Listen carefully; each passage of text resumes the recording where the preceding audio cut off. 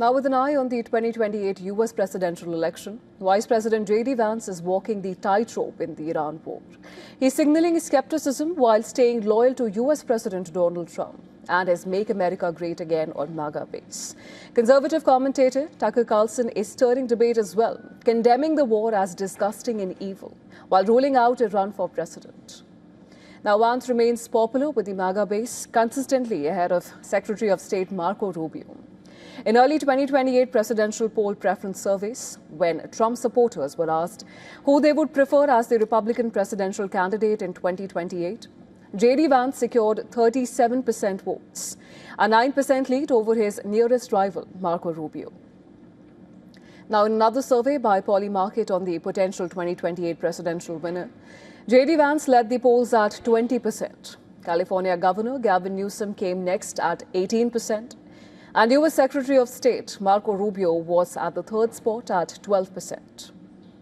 But the Iran war could become an albatross around Republican necks if it drags on and turns conservative voters against the administration. Days ago, in his address in Michigan, Vance claimed that while he was not in favor of wars, he stressed his loyalty to Donald Trump. Listen to this. Nobody likes war, right? And I guarantee the President of the United States is not interested in getting us in the kind of long-term quagmires that we've seen in years past. Vance also used an explanation of Trump-ate Joe Kent's resignation to convey some key messages about his own views. He said if one can't help implement the president's decisions despite a disagreement, then it's good to resign. So the president said this yesterday: if you are on the team and you can't help implement the decisions of his administration, he has the right to make those decisions, then it's a good thing for you to resign. And I think that's exactly right. It's fine to disagree, but once the president makes a decision, it's up to everybody who serves in his administration to make it as successful as possible. That's how I do my job, and I think that's how everybody in the administration should do their job too.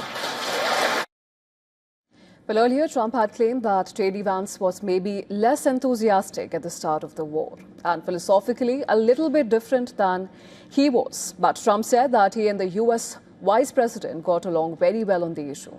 Meanwhile, well-known political commentator and conservative media personality Tucker Carlson has ruled out a 2028 US presidential run. He called the Iran war disgusting and evil. He was dismissed by Donald Trump as not Maga.